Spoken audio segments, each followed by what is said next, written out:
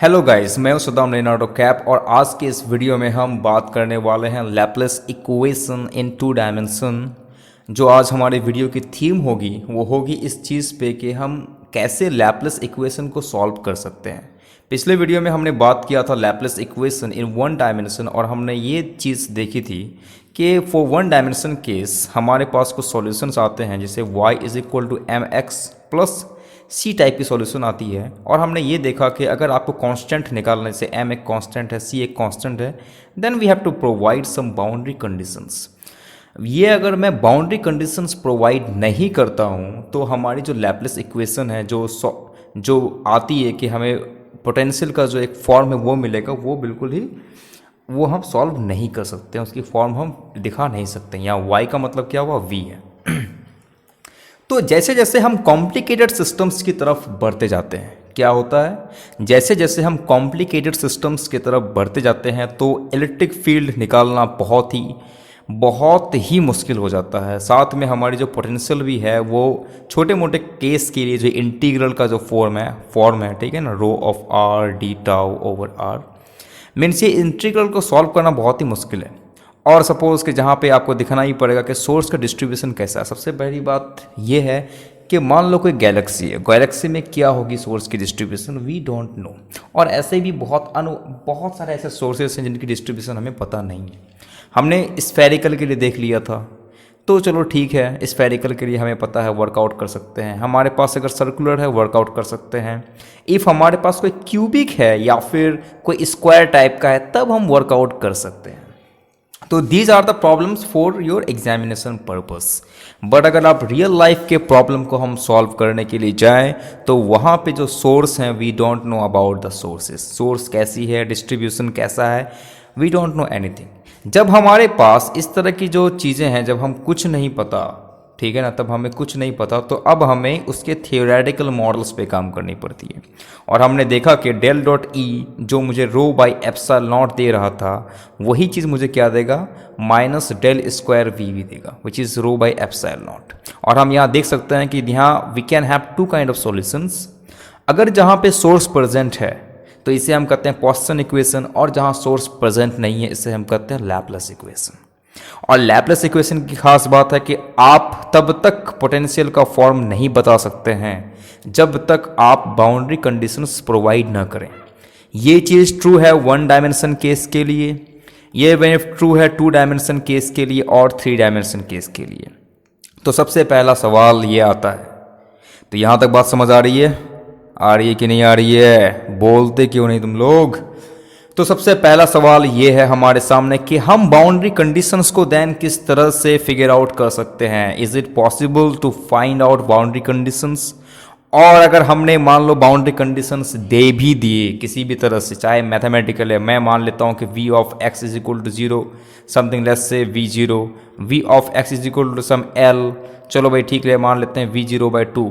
तो क्या पता कि वो हमारे जो एक्सपेरिमेंटल एविडेंसेस हैं या फिर जो भी एक्चुअल चीज़ में हो रहा है, क्या वो उसे डिस्क्राइब कर देता है कि नहीं करता है। How can we gonna decide all this things. तो ये जो सारी मुश्किलात हमारे सामने हैं, ये हमारे सामने तो है, और यही पॉइंट है जहाँ पे हमें लैपलेस इक्वेशन को डीप डाउन करना पड़ेगा। हमें इसके कुछ थ्योरम्स को देखना पड़ेगा कि हमारी जो बाउंड्री कंडीशंस हैं या फिर हम जो कैलकुलेट इसे कंप्यूट करेंगे। बेसिकली ये जो आप देख रहे हैं यहाँ पे, ये होती है partial differential equations.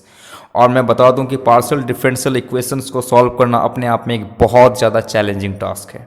If you don't know anything about partial differential equation then you should read something about it. और जब मैं ये कहता हूँ ये चैलेंजिंग है, इवन इफ़ ये कंप्यूटर्स के लिए भी चैलेंजिंग है। ये सिर्फ इस तरह से काम नहीं करता कि आप x प्लस सम डेल्टा x ले लें, माइनस ऑफ एफ एक्स ले लें, ओवर डेल्टा ऑफ x ले लें। ये सिर्फ ऐसे काम नहीं करता है, ठीक है। जब आपकी फंक्शन लॉट ऑफ पैरामीटर्स पे डिपेंड करती है तो वहाँ चीज़ें बहुत ही डिफरेंट होती है। और कंप्यूटर्स में भी जो इसकी थ्योरी है, इसको चलाने का जो मेथड है वो भी काफ़ी डिफरेंट है। आपने सुना होगा हीट इक्वेशंस के बारे में, पिछले वीडियो में हमने बात की थी श्रोडिंगर इक्वेशंस के बारे में, ठीक है ना, उसमें भी देखना होगा, उसमें भी अगर आप पढ़े होंगे, ठीक है। अगर नहीं पढ़ा तो कोई बात नहीं, जब आप पढ़ेंगे तो आप देखना कि बस कुछ ही हैंडफुल अमाउंट ऑफ प्रॉब्लम्स के लिए आपके पास रियल लाइफ सॉल्यूशंस मिलती है। सपोज़ कि आपके पास हाइड्रोजन एटम है, आप मुश्किल से ड्यूटेरियम को कैलकुलेट कर सकते हैं या फिर हीलियम एटम को कैलकुलेट कर सकते हैं। Beyond helium atom it is kind of a very awful job to directly apply Schrodinger equation and you gonna get some result. ठीक है, ये सारी चीज़ें क्या होती है सिमुलेशन पे आती है। मेरी एक वीडियो बनी हुई है जिसमें मैंने एक्सप्लेन किया है बहुत ब्यूटीफुल तरीके से कैसे क्वांटम मैकेनिक्स और कंप्यूटर एक साथ काम करता है। तो अगर आप उस वीडियो को चेकआउट कीजिएगा तो आपको थोड़ी बहुत नॉलेज हो जाएगी पीडीई के बारे में। तो इसीलिए मैं शुरुआत करने से पहले कुछ आपको बता देना चाहता हूँ कि हम यहाँ पर क्या कर रहे हैं, क्या करने वाले हैं और ये क्यों इम्पॉर्टेंट है जिस नज़रिए से हम बात करते हैं इसकी। तो वो ऐसा नहीं है कि बस ये चीज़ पढ़नी है और इसीलिए हम इसे पढ़ रहे हैं और बस इसका कोई ख़ास इम्पोर्टेंस नहीं है। मैं बता देता हूँ, अगर आपको समझ नहीं आ रही है इस बात की कि ये इम्पॉर्टेंट क्यों है, देन आप फिजिक्स को नहीं समझ सकते। फिजिक्स को समझने का एक ही मज़ा है, आप समझें ये क्यों इतना इम्पॉर्टेंट है, इसकी फिजिकल सिग्निफिकेंस क्या है। ये सिर्फ मेरे लिए एक मैथमेटिकल पजल नहीं है, इसके साथ साथ बहुत सारी चीज़ें हैं। तो आज मैं लाइन बाय लाइन इसको पढ़ के आपको दिखाता हूँ कि क्या चीज़ें हैं। बिकॉज मुझे पता है कि 99% स्टूडेंट्स जो होते हैं वो ऐसे होते हैं, ठीक है, वो ऐसे होते हैं जिसमें टीचर्स उन्हें लेक्चर देते हैं, नोट डाउन करते हैं, कॉलेज में जाके बस उन्हें एग्ज़ाम निकालना है। बट यहाँ नहीं चलेगी। मेरा गोल आपको सिर्फ एग्ज़ाम पास करवाना नहीं है, आपको फिजिक्स में एक बढ़िया सा थियोरेटिकल फेसिस्ट बनाना है कि ऐसा बनो कि नेक्स्ट आइंस्टाइन तुम ही बनना है, ठीक है ना। और मुझे कमेंट करके ज़रूर बताओ या ईमेल करके ज़रूर बताओ कि तुम्हें कैसा लग रहा है वीडियो, और तुम्हें कोई भी हेल्प चाहिए तो वैसे भी काफ़ी ज़्यादा बिजी रहता हूँ। तुम देख ही सकते हो कि मेरी जो वीडियोज़ हैं वो काफ़ी कम फ्रीक्वेंट में अपलोड होती हैं। तो इसका रीज़न काफ़ी ज़्यादा मैं इन्वॉल्व हूँ रिसर्च में, तो टाइम निकाल के मैं चलो अपलोड कर रहा हूँ इन वीडियोज़ को। बट मुझे काफ़ी अच्छा लगता है इन वीडियोस को बनाने में, बट टाइम कंज्यूमिंग बहुत ज़्यादा है और मेरे पास जो मदद करने के लिए बहुत ही काफ़ी कम लोग हैं, मतलब बेसिकली सारे काम मुझे ही करने पड़ते हैं। तो therefore I can not upload this videos frequently. तो चलें, so this is no longer an ordinary differential equation, जैसा कि मैंने कहा it is a partial differential equation. तो इसमें एक से ज़्यादा कंपोनेंट इन्वॉल्व है, therefore we have to do dxf and also dyf, ये सारी की सारी चीज़ें इन्वॉल्व है यहाँ पे। जब इन्वॉल्वमेंट बढ़ जाती है as a consequences some of this simple rules you may familiar with do not apply. तो अगर मैं एक फंक्शन यहाँ पे दे रखी है एक्स वाई और आपको बोले कि भाई इसकी फुल डेरिवेटिव निकालें, तो कैसे निकालेंगे आप? तो आपको पहले लिखना होगा del f over del x d x full derivative and del f over del y and then d y, ये होगी। और आपको बोलेगा कि चलो भाई ये जितने भी पैरामीटर्स है वो टाइम डिपेंडेंट है, तो इसकी जो टाइम डेरिवेटिव होंगी वो कुछ इस तरह से होंगे D x and D T, इस तरह से काम करती है। तो ये सिंपल नहीं है और ये सब चीज़ें आपको देखने को मिलेंगी अगर आप थर्मोडायनेमिक्स या स्टैटिस्टिकल मैकेनिक्स करेंगे। तो वहाँ पे जैसे ही आप लिखोगे H is equal to u plus p v या एनर्जी का कोई भी फॉर्मूला लिखोगे, एनर्जी इज इक्वल टू क्या होता है भाई क्यू माइनस टी एस, ठीक है। तो वहाँ पे आपको लिखना पड़ेगा रो डी वी के टर्म में लिखना पड़ेगा, आपको पी पी डी वी के टर्म में लिखना पड़ेगा। और ये सब टाइम डिपेंडेंट है या फिर टेम्परेचर डिपेंडेंट है, तो किस तरह से ये चीज़ें इवॉल्यूट होंगी।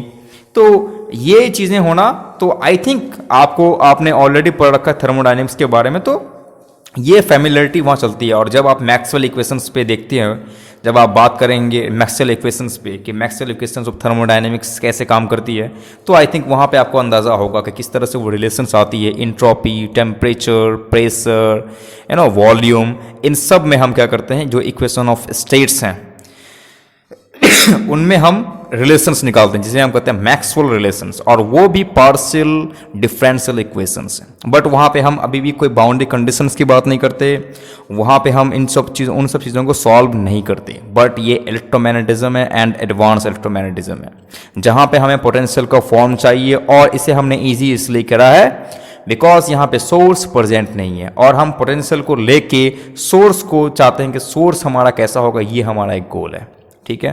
तो अभी हमने सोर्स को एब्सेंट कर दिया and then we will learn more about it.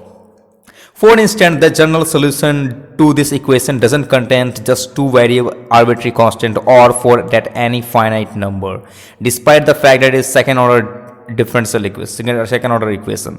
तो कहने का मतलब जब आप ऑर्डिनरी इक्वेशन सॉल्व किए होंगे, suppose d two f over d x square plus something like f of x, और है ना, तो suppose x square is equal to some g of x, तो इसके अगर ये तो पूरा का पूरा क्या है, ये डिफरेंशियल है, टोटल डेरिवेटिव है, तब इसका अगर सॉल्व किया तो तुम्हें क्या लगा था कि इसका जो सॉल्यूशन होगा, जो एफ का सॉल्यूशन होगा, उसमें दो चीज़ें आएंगी, constant plus something, constant plus some functions. और आप इन कांस्टेंट्स को, ये क्या होता है, ये कांस्टेंट जो दे रहे हैं वो बताते हैं ऑर्डर ऑफ डेरिवेटिव क्या है। तो ऑर्डर ऑफ डेरिवेटिव आपने कहा कि ये 2 है, देयरफॉर यहाँ पे 2 कांस्टेंट्स हैं और इन्हें हम इवेल्यूएट करना है। बट बता देता हूँ कि ये सेम केस यहाँ पे अप्लाई नहीं होता है। तो अगर कोई पूछे कि ये पार्शियल डेरिवेटिव इक्वेशन है और मैंने आपको दे दिया है ये चीज़ें, तो बताओ इसमें सॉल्यूशंस कितनी ज़्यादा एग्जिस्ट करेंगी। We don't know anything about it, कि इसमें सॉल्यूशंस 2 से ज़्यादा भी एग्जिस्ट कर सकती हैं, ठीक है ना। तो ये सब चीज़ें जो टेक्निकलिटीज हैं उनको समझना बहुत ही ज़्यादा इंपॉर्टेंट है। और जितनी मैं आपको बता रहा हूँ, आई थिंक वीडियो तो ऑलरेडी बहुत लॉन्ग होने वाला है, समझ रहे हैं आप। Nevertheless, it is possible to deduce certain properties common to all solutions. But अगर हम बिना सॉल्व किए हुए क्या सिस्टम्स के बारे में बता सकते हैं कि बहुत ज़्यादा एक्सप्लिसिट मैथमेटिक्स किए बिना, हाँ हम बता सकते हैं। It may help to have physical example in mind. तो इसे समझने के लिए आपको कोई ना कोई फिजिकल एग्जाम्पल आपके दिमाग में पहले से होनी चाहिए कि ये कैसा हो सकता है। तो एक फंक्शन जो है वो एक्स और वाई दोनों ही इसमें डिस्ट्रीब्यूटेड है। मीन्स कि अगर हमने कर लिया ये एक्स, हमने कर लिया ये वाई, और ये फंक्शन पूरी तरह से डिस्ट्रीब्यूट है इस तरह से, और हम देख रहे हैं कि इसमें चेंज एक्स डायरेक्शन में क्या आएगा, इसमें चेंज वाई डायरेक्शन में क्या आ सकता है। Okay, picture a thin rubber sheet और a soft film stretch over some support. अच्छा, जैसे आप कार्ड बॉक्स देखते हो, ठीक है ना। चलो ये हो गया मेरे कार्ड बॉक्स। ओके, तो अगर मान लो कि कोई एक रबर सीट इसके ऊपर तुमने लगा दिया, या फिर कोई एक सॉफ्ट फिल्म है इसके ऊपर डाल दिया, जैसे कि हम फुकना को फुलाते नहीं है, एक पाइप होती है, उसमें हम हवा डालते हैं तो एक बलून सा टाइप का निकलता है, मोर और लेस वही चीज़। For definiteness, suppose you take a card box, cut a wavy line all the round and remove the top part. चलो मैंने काटा इसे और उसके टॉप पार्ट को निकाल दिया, 3D में निकाल दिया। Now glue a tightly stretched rubber membrane over the box. और तुमने क्या कर दिया, एक रबर की जो एक बड़ी सीट है उस पर क्या कर दिया, लगा दिया। जैसे कि हम लोग ढोलक बनाते नहीं है, ये ढोलक बन गया तुम्हारा, और इसके ऊपर क्या होते हैं लोग डिफरेंट एनिमल्स के स्क्रीन लगाते हैं जो बहुत ही टाइटली फिट होता है, ठीक है। तो so it fits like a drum head, जैसे कहा मैंने। It won't be flat drum head of course unless you choose to cut edges of straight. तो वो जरूरी नहीं कि वो मतलब कि मेरे को क्या करना है, इसको ड्रम हेड में क्या होता है, ये जितनी भी एजेस होती हैं वो बिल्कुल एक प्लेन में होती है, बट हमने ये कहा एक वेवी लाइन काटा, देयरफॉर ये प्लेन में तो है नहीं। Now, if you lay out coordinate xy on bottom of the box and height vxy, because देखो अब f of xy है, ये डिस्ट्रीब्यूशन है xy पे। जब फंक्शन इसे प्लॉट करोगे तो इससे तुम्हें रिक्वायरमेंट क्या आएगी, 3 डायमेंशन की आएगी। तो इसे हम कैसे प्लॉट कर सकते हैं, ये मेरी x और y है, और जो तुम फंक्शंस को देख रहे हो ये v ऑफ एक्स वाई है, ठीक है। तो यहाँ से तुम्हें कुछ देखना पड़ेगा कि कैसे कैसे वो डिस्ट्रीब्यूटेड है। तो अगर 2 पैरामीटर इन्वॉल्व है तो समझ जाओ कि ये जो सिस्टम है वो 3 डायमेंशन है। अगर यहाँ पे तुम एक्स वाई जेड ले लो तो एक्स वाई जेड इसमें होगा, और 4 डायमेंशन में क्या हो जाएगी, ये पूरी की पूरी फंक्शंस इसमें रहेगी। तो देखना ये कितना कॉम्प्लिकेटेड ऑलरेडी बन गया, 2 फंक्शन ऑलरेडी यहाँ पे है, और इसका जो डिपेंडेंस है वो मिलकर 3 डायमेंशन चीज़ बनाना शुरू हो जाएगा अभी से ही। अच्छा, तुमने ऑलरेडी पढ़ा है कि d2v over dx square, d2v over dy square अगर ये 0 होता है तो इसे हम कहते हैं harmonic function, because y harmonic function. तो अगर तुमने कॉम्प्लेक्स वेरिएबल पढ़ रखा है तो v को हम क्या कर सकते हैं, ऐसे लिख सकते हैं ना, मतलब suppose phi of x y x comma y plus iota of psi x comma y, इस तरह से हम एक्सप्रेस कर सकते हैं इसको, ठीक है। और अगर तुम इसको इस फॉर्म में लेके आओगे, कॉम्प्लेक्स फॉर्म में लेके आओगे, तो वो दोनों क्या करेंगे, इस तरह के सॉल्यूशंस को देंगे जिसे हम कहते हैं हार्मोनिक सॉल्यूशंस। तो ये जो सॉल्यूशन तुम्हें देगा वो क्या होगा, मोर और लेस ये हार्मोनिक सॉल्यूशंस इसे देगा। Okay, harmonic function in 2 dimension have some properties we noted in 1 dimension. जब तुम कॉम्प्लेक्स पढ़ोगे तो वहाँ फंक्शन की जो कहते हैं एनालिटिसिटी हम देखते हैं कि क्या वो फंक्शन एनालिटिक है कि नहीं। तो फंक्शन अगर किसी पॉइंट के अराउंड एनालिटिक है तो इट मीन्स कि वो फंक्शन क्या होगा, उस पॉइंट में भी एनालिटिक होगा। तो हम डायरेक्टली अगर सपोज सेंटर ऑफ स्फेयर बोल दिया तो क्या ये फंक्शन सेंटर पे क्या होगा, क्या वो वैलिड है या नहीं, एग्जिस्ट करता है कि नहीं। तो अगर वो फंक्शन नेबरहुड पे, इसके जो नेबरहुड पे समझ लो कि वो जो तुमने स्फेयर लिया, अगर उसके बाउंड्री पे वो फंक्शन एग्जिस्ट करता है, इट मीन्स कि वो फंक्शन की जो सेंटर में वैल्यू होगी वो भी क्या होगी, फाइनाइट होगी। Means that is called analyticity of that function, ठीक है। और इनका यूज़ हम क्या कर सकते हैं, पोल को हटाने में करते हैं। जैसे सिंगुलर पोल आ गया, सपोज ये 1/r टाइप का फंक्शन है, और r अगर जीरो हो गया तो 1/infinity 1/0 गोइज टू इन्फिनिटी, और इसे हम कहते हैं सिंगुलैरिटी हिट करना, ठीक है ना। Date is singular. सिंगुलर होने पर कोई भी चीज़ की थ्योरी को हम देख नहीं सकते, that is the theory is not physically viable. तो उसी चीज़ का यूज़ करके, उन पूरे के पूरे कॉन्सेप्ट का यूज़ करके यहाँ पे दिखाया गया है कि आप क्या कर सकते हैं, इस पोटेंशियल का फंक्शन निकाल सकते हैं अगर आपको थोड़ी भी समझ है, ठीक है ना। थोड़ी भी समझ है कॉम्प्लेक्स की, तो आप ये समझ सकते हैं कि हमने एक लूप बना दिया और लूप से हम क्या करते हैं, उसको उस पूरे फंक्शन को हम फिगर आउट करेंगे, इस फंक्शन की जो फंक्शनल फॉर्म है ये वो क्या आ सकती है, बशर्ते आपको ऑलरेडी वी पता है। ठीक है, v कहाँ पता है, v आपको किसी एक पर्टिकुलर सेंटर में पता है, आप उसके नेबरहुड में जा सकते हैं कि इसके नेबरहुड में क्या हो सकता है। The value of v at x y is the average of those around the point more precisely if you draw a circle of any radius r about the point x, y। जिस तरह से इसने ये किया है, किसी एक point पे इसने बना लिया है, the average value of v on circle is equal to the value at centre. तो उसने ये कहा है कि अगर जैसे कि मैंने कहा ना, अगर नेबरहुड में कोई फंक्शन डिफाइंड है, इट मीन्स कि यहाँ भी होगा। और अगर आपको फंक्शन का यहाँ पता है कि ये सेंटर में कितना क्या है इस फंक्शन में, देन वी नो एग्जैक्टली कि इसका नेबरहुड में वो क्या है। तो उसी तरह से अगर आपके पास किसी एक्स वाई की स्पेस में कोई एक पर्टिकुलर जगह पे आपको वो फंक्शन, मान लो कि यहाँ क्यू दिया हुआ है, और आपको पता है कि पोटेंशियल क्या होता है, क्यू ओवर आर होता है, और आर क्या होगा, x square plus y square, अगर वो आपको पता है तो आपको करना क्या है कि जिस पॉइंट पे आपको पता है पोटेंशियल, उसमें एक घेरा बना लो या सर्कल बना लो, और आपको पता है वी इज इक्वल टू क्या होगा, Q/R होगा, और आर को पोलर कोऑर्डिनेट में लिखें, ठीक है, जस्ट लाइक यहाँ पे, और उसे घेर दें यहाँ पे, बिकॉज ये क्या हो गया, पूरी की पूरी एक लूप टाइप की इंटीग्रल हो गई, क्रॉस इंटीग्रल हो गई। और ये क्या होगा, इसकी वजह से आप पूरा का पूरा फंक्शन का जो वैल्यू है वो एक्स और वाई स्पेस में दे सकते हैं, ठीक है ना, और ये आपको सॉल्व कर देगा।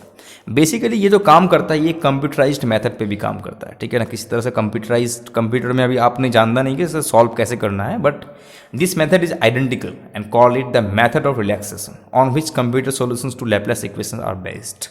अगर आपने कुछ मैथमेटिकल चीज़ों के बारे में सुना है, सपोज आपने कभी मैथमेटिकल के बारे में सुना होगा, ठीक है, मैथमेटिका हुआ, मैटलैब हुआ, पाइथन हुआ, तो वहाँ पे आप कोड लिख सकते हैं, सी हुआ, ठीक है ना। तो इन सब क्या होती है, ये सब न्यूमेरिकल्स, ये सब में कंप्यूटर लैंग्वेजेस हैं, ठीक है ना। बेसिकली मैथमेटिका को इस तरह से डिज़ाइन किया गया है कि एक अच्छा खासा जो भी प्रोग्रामिंग की समझ है तो वो इजीली कर सकता है। मैटलैब में थोड़ी बहुत प्रोग्राम लिखनी पड़ती है, और बिगिनर्स क्या करते हैं, सी से जाते हैं, जिनको समझनी है कि एक्चुअली में जो कंप्यूटर्स हैं वो कैसे काम करता है। पाइथन एक सबसे बहुत ही सिंपल लैंग्वेज है, इसमें काम करना बहुत ही आसान होता है, और आज के टाइम में मशीन लर्निंग हुआ, आर्टिफिशियल इंटेलिजेंस हो, वो सब पाइथन पे काम करता है। जितने भी डेटा साइंटिस्ट हैं वो किन का यूज़ करते हैं भाई, वो यूज़ करते हैं पाइथन का। तो आपने बहुत सारे एड्स भी देखे होंगे, लोग बोलते हैं कि भाई डाटा साइंस कर लो, तुम्हारी नौकरी लग जाएगी, पक्की हो जाएगी।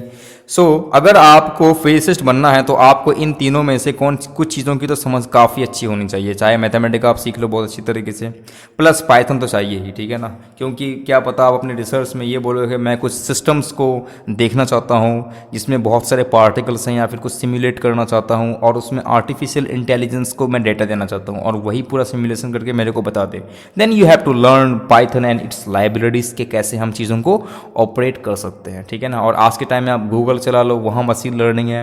आप मोर और लेस जितने भी ऐप्स देख लो, एंड्रॉयड में है, आईफोन में है, तो वहाँ आपको मशीन लर्निंग की जो एग्जांपल्स हैं वो बहुत ढेरी मिल जाएंगी, ठीक है ना। तो बात समझ आ रही है? अरे बोलो, बोलते क्यों नहीं यार तुम लोग, मज़ा नहीं आता। Starting with specified values of v at boundary and reasonable guess for v on grid of interior points, the first pass reassigns to each point an average of its neighbor। मैंने पहले कहा था कि ये जो एवरेज की बात मैं जब भी कहता हूँ, बेसिकली ये क्या है, ये जो लैपलेस इक्वेशन है वो क्या है, काइंड ऑफ एन एवरेजिंग है, कि आपने बाउंड्री में कुछ वैल्यूज़ को ले लेना है, या फिर आपने कुछ सेंटर पे ले लिया है, तो वो सारा का सारा वैल्यूज़ को क्या करेगा, एवरेज करेगा, और यहाँ कोई मैक्सिमम मिनिमा का रोल नहीं है। ओके, सेकेंड पॉइंट यहाँ आता है, तो आपको बिना बाउंड्री कंडीशंस के लैपलेस इक्वेशन तो मिल नहीं सकती, तो corresponding to some boundary conditions आपको लैपलेस इक्वेशन की फॉर्म मिलेंगी।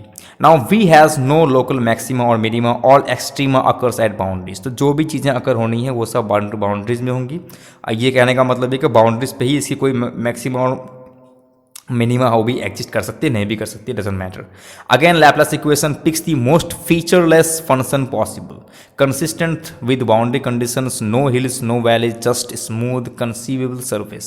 For instance, if you put a ping pong ball on a stretched rubber sheet of figure 3.2, it will roll over to one side and fall off. It will not find a pocket somewhere to settle into. Means कि अगर आप ऐसे के suppose कि इस तरह से कोई हील किए हुए हैं और उस पर आपने कोई भी पिंग पोंग बॉल रखा तो कहीं ना कहीं ये जाके फिर से रोल ऑफ हो जाएगा। मतलब कि ये ऐसा नहीं कि भाई मेरे को यहीं जाना है, मेरे को यहाँ जाना है, मेरे को यहाँ जाना है, वो कभी इस तरह का काम नहीं करता। ठीक है, तो इट इज़, अगर तो मैथमेटिकली देख लो तो ये बहुत ही स्टूपिड सा काम है ना कि कहीं भी रोल कर दो बस कहीं चला गया, ना कोई घर है ना कोई ठिकाना, बस चलते जाना है, ना कोई सिमेट्री है ना कुछ है कि यार इसी पॉकेट में जाना है वैसी पॉकेट में जाना है। In 3 dimension I can neither provide you an explicit solution not a suggestive physical example to guide your intuition. देखो अब जो तुम फिजिक्स के रियलम में घुस रहे हो, ठीक है ना, तो जैसे हम भी बच्चे थे जब हम बीएससी में थे तो हम ये सोच रहे थे कि यार ये यूनिवर्स दिखने में कैसा होता है। बहुत सारी मूवीज़ हमने देख रखी थी कि यार इस तरह से इमेजिन करते हैं फंक्शंस को, ये ऐसा है ये वैसा है, और हमने टीचर से पूछा अरे सर ये बताओ आप कि ये जो पोटेंशियल फालतू में बोल रहे हो ये है वह है, दिखता कैसा है। माय डियर फ्रेंड, अगर आप इसी मोड में हो कि ये फंक्शन दिखता कैसा है, ये फिजिक्स दिखने में कैसी है, ये जो आपने बोल दिया वो दिखने में कैसा है, दिखने वाली फिजिक्स अब नहीं है, अब दिखने वाली फिजिक्स नहीं है। पहली बात ये मैं बता देता हूँ। सेकंड चीज़ ये कि जैसे आइंस्टाइन्स की थ्योरी है वो चले गई 4 डायमेंशन पे, तुम्हारा जो ब्रेन बना हुआ है वो विजुलाइजेशन कर सकता है सिर्फ किसी भी चीज़ को 3 डायमेंशन में कर सकता है, ठीक है, उसके बाद इसकी औकात नहीं है। तो 3 डायमेंशन में आप बोलोगे तो यार आइंस्टाइन ने थ्योरी दे दी 4D की, विजुअलाइजेशन तो हम कर नहीं सकते हैं, मे बी आइंस्टाइन ने इमेजिन किया होगा, इमेजिन हम कुछ भी नहीं करते। अब से फिजिक्स पता है क्या होगी, अब से फिजिक्स होगी कि एकदम बिल्कुल कंसिस्टेंट कैसा है। सपोज के 2 डायमेंशन में हमने लाइन को कैसे, लाइन की लेंथ को कैसे मापनी है, सपोज कि ये XY है और ये है X2 Y2 है, तो लाइन को हम कैसे मापते हैं, एक हमने निकाल दिया है कि लाइन को मापना है तो इस तरह से मापना है, y2 - y1 होल स्क्वायर, इस तरह से लाइन को मापना है। अब ये 3 डायमेंशन में कैसा होगा, तो अब तुम बोलो कि इमेजिन करना पड़ेगा ना भाई, तो तुम ये सोचो कि इसका जो 3 डायमेंशन एक्सटेंशन होगा वो कैसा होगा, वो हो जाएगा x3 - x1, ठीक है ना, सॉरी यहाँ पे xy, z हो जाएगा, ठीक है, तो x - y, x - x1, y2 - y1 और z2 - z1, इस तरह से हम 3 डायमेंशन में किसी प्लेन का जो डिस्टेंस है वो निकालेंगे। चीज़ें अब धीरे धीरे इमेजिनेशन से लेकर कॉन्सेप्ट पे आ गई ये बात, तो अब सीधे के सीधे तुम्हें क्या करना पड़ेगा, कॉन्सेप्ट को पकड़ना पड़ेगा कि ये कॉन्सेप्ट है।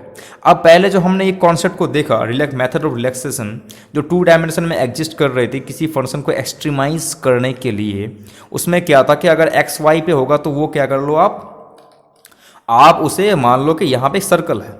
अब क्या है, जब 3 डायमेंशन की बात आएगी तो मैं क्या कहा कि यहाँ पे x है, यहाँ पे y है, यहाँ पे z है, फंक्शन जो होगा वो सब पे होगा, तो मतलब एक हाइपर डायमेंशन लेके आओ जहाँ पे तुम सोचोगे कि ये फंक्शन है। तो ऑब्वियसली जो फंक्शन जो इसमें अगर तुम्हें बनानी पड़ेगी, सेंटर में जो v होगा वो कैसा होगा, तुम बोलोगे तो ये स्फेयर टाइप का बनाएगा, क्योंकि सर्कल का नेक्स्ट डायमेंशन क्या आता है, स्फेयर आता है। सर्कल ऑलरेडी सिमेट्रिक है, तो सिमेट्रिक ऑब्जेक्ट कौन सा लाई करेगा, क्यूब तो हो नहीं सकता, तो क्या आएगा मेरा, स्फेयर आएगा। तो ये डायरेक्टली लेके आ गया। इन सब का कोई प्रूफ नहीं है, हाँ इन सब का सारा प्रूफ तुम्हें मिलेगा, पूरा मैथमेटिकल कंसिस्टेंसी तुम्हें मिलेगा, बट अगर तुम बोलोगे मैं विजुअलाइज करूंगा तो विजुअलाइज वाला बिजनेस छोड़ दो। सिमिलरली क्वांटम मैकेनिक्स में कोई विजुअलाइजेशन नहीं है, वहां पे क्या है, सारा कंसेप्ट का खेल है। तो अगर तुम अभी भी सोच रहे हो ये सारी चीज़ें कि अगर मेरे को फिजिक्स करनी है, मैं आंखें बंद करूंगा और मैं देख रहा हूँ कि सॉल्यूशन कैसा दिखता है, you can never be, you are not going to become a physicist. Physicist में काम क्या है, कॉन्सेप्ट को देखना, ये कॉन्सेप्ट है और उसको आगे बढ़ाना कि डिफरेंट लेवल पे कॉन्सेप्ट किस तरह से आगे बढ़ती है, ठीक है ना। ये कॉन्सेप्ट को हम किस तरह से जनरलाइज करते हैं, एक डायमेंशन में सेकंड डायमेंशन में कैसे ले जाएंगे, सपोज ये 5th डायमेंशन में हो गया, ठीक है ना, तो तुम्हें ये दिखाना पड़ेगा 4 डायमेंशन में जो स्फेयर एग्जिस्ट करता है उसका वॉल्यूम क्या होता है, उसका एरिया क्या होगा, ठीक है। अगर 4 डायमेंशन से 5th डायमेंशन में ऐसे ही लोगों ने आगे बढ़ना शुरू किया है, समझ आ रही है बात। तो इतने जो रिसर्च होते हैं वो रिसर्च कहीं भी आंखें बंद करके नहीं होती है। तो अगर तुम्हें नया फिजिक्स चाहिए तो तुम क्या करोगे, कॉन्फ्लिक्ट ऑफ कॉन्सेप्ट को देखो। तो अगर मान लो कि तुमने इस एक कॉन्सेप्ट को लिया और उसे कॉस्मोलॉजी में लगाया और उसी कॉन्सेप्ट को लेके तुम एक ब्लैक होल सॉल्यूशंस में देख रहे हो और तुम्हें यहाँ पे दो चीज़ें अलग अलग मिलती है और तुम ये सोचने की कोशिश करते हो कि यार दोनों का सॉल्यूशन तो सेम मिलना चाहिए, मोरलेस उसका जो थीम होना चाहिए वो सेम होना चाहिए, बट ये कुछ और कह रहा है, तो इट मीन्स कि there is a conflict of concept. अगर ये कॉन्फ्लिक्ट ऑफ कॉन्सेप्ट है तो क्या जो हमने अब तक कॉन्सेप्ट लेके आया है वो सही है या फिर यहाँ कुछ और चल रहा है, इसे हम कहते हैं कॉन्फ्लिक्ट ऑफ कॉन्सेप्ट। और वहीं से नई फिजिक्स की शुरुआत होती है। तो पहले तुम्हें आना चाहिए कि मैं कॉन्सेप्ट को कैसे इवोल्यूशन कर रहा हूँ, इवॉल्व हो रहा है, किस तरह से इवॉल्व, 2 डायमेंशन 3 डायमेंशन कैसे इवॉल्व होगा। मान लो कि v ऐसा है, ठीक है ना, तो मान लो कि लैपलेस इक्वेशन सॉल्व कर रहे हो, तो उसके बाद मैं कैसे सोर्स होगा तो कैसे ले जाऊंगा। अगर मैं क्या कोई थ्योरी लेके आ सकता हूँ जहाँ पे मैं सोर्स को मॉडल कर सकूँ कि अगर सोर्स स्फेरिकल होगा, चलो सोर्स में कोई पर्टर्बेशंस हैं, सोर्स में कुछ हो गया, तो कैसे कैसे चीज़ें इवॉल्व होंगी। तो ये अगर इवोल्यूशन का तरीका आ चुका है तभी तुम जाके फिजिसिस्ट बन सकते हो, अदरवाइज भूल जाओ कि फिजिसिस्ट बन पाओगे। अब ये 12 वाली फिजिक्स रही नहीं जहाँ पे तुम स्फेयर और उस पर घूमते रहोगे। अब चीज़ें बहुत जनरल हो गई और इसी वजह से जो भी माइंडसेट तुम्हारा है वो माइंडसेट निकाल के रख दो। और अगर तुम्हारे पास उस तरह की माइंडसेट रिजिड हो चुकी है तो भाई मेरी जो क्लासेस हैं वो तुम्हारे लिए बिल्कुल नहीं होगी। फिर तुम्हें जो मेरी लेक्चर्स हैं वो बहुत बोरिंग लगेगी कि यार ये इतना मैथमेटिकल क्यों है, ये सारा है। तो मैं बता देना चाहता हूँ मैं भी तुम्हारी तरह था, ठीक है ना, लेकिन खुद को मैंने इवॉल्व किया और चीज़ें तभी अच्छी होने लगती है, अदरवाइज फिजिक्स का कोई मज़ा नहीं ले सकते हो, ठीक है ना। पजल सॉल्वर बनो। In 3 dimensions, I can neither provide you any kind of example. The value of v at point r is going to average value of v over spherical surface of radius r concentrated at r. तो ये हो गई तुम्हारी sphere में। As the consequences of v can have no local maxima, और इसमें कोई local maxima और minima exist नहीं करती। The extreme values of v must occur at boundaries. Okay. And then by the very nature of maximum I could draw a sphere around r over which all over v and a fourth the average would be less than at r. अब इसकी proof है कि क्या ये proof हो सकता है कि नहीं। तो तुम क्या कर सकते हो कि भाई मुझे पता है कि जो पॉइंट चार्ज है उसकी जो सेंटर में वो वैल्यू कितनी होती है, उसके अराउंड ये होती है सेंटर में वैल्यू। अब तुमने क्या करना है कि उसके अराउंड तुमने क्या कर दिया, ये पूरा का पूरा एक इंटीग्रल ले लिया, ठीक है। अब वहाँ से तुम कैलकुलेट करो कि इसकी एवरेज वैल्यू क्या होती है। तो पहले एवरेज कैलकुलेट करो इसका, ठीक है, और एवरेज वैल्यू कैलकुलेट करने के बाद तुम्हें मिल जाएगा कि इसकी एवरेज वैल्यू वो क्या होती है। But this is precisely the potential due to q at centre of the sphere. By the superposition principle the same goes for any collection of charge outside the sphere. Their average potential over the sphere is equal to net potential they produce at the centre. तो more or less वही चीज़ें दिखाई गई है जो तुम हमेशा देखते हैं कि अगर एक चीज़ होगा तो वो सेंटर पे जितना होगा, ठीक है ना, उसके बाद तुम्हारा कितना निकलता है, तो चीज़ें वैसी रहती है। तो यहाँ पे ये कहा जाता है कि अगर तुम्हारी जो चार्ज यहाँ पे क्यू है तो यहाँ पे ऑलरेडी तुम्हारा उसने बाहर रख दिया चार्ज को, ठीक है। और सबसे बहुत मोस्ट इंपॉर्टेंट पार्ट जो है वो है boundary conditions and uniqueness theorem, जिसको हम बाद में देखेंगे। तो आज के लिए मैं समझता हूँ कि बहुत ही ज़्यादा जो डोज है वो बहुत इफेक्टिव हो गया। तो नेक्स्ट लेक्चर में हम बात करने वाले हैं यूनिकनेस थ्योरम के बारे में, जो कि बहुत ही इंपॉर्टेंट अपने आप में है, जो कि एक बहुत बड़े कॉन्फ्लिक्ट को, जो कॉन्सेप्ट के एक बहुत बड़े कॉन्फ्लिक्ट है उसको यहाँ पे सॉल्व करेगा। और मैं बता देना चाहता हूँ कि वो कॉन्सेप्ट ऑफ कॉन्फ्लिक्ट क्या था और किस तरह की जो पैथोलॉजी है वो पैदा हो सकती है इस पोटेंशियल के कॉन्सेप्ट में। तो मिलते हैं नेक्स्ट लेक्चर में। अगर अच्छा लगे तो सब्सक्राइब ज़रूर करें। Thank you so much.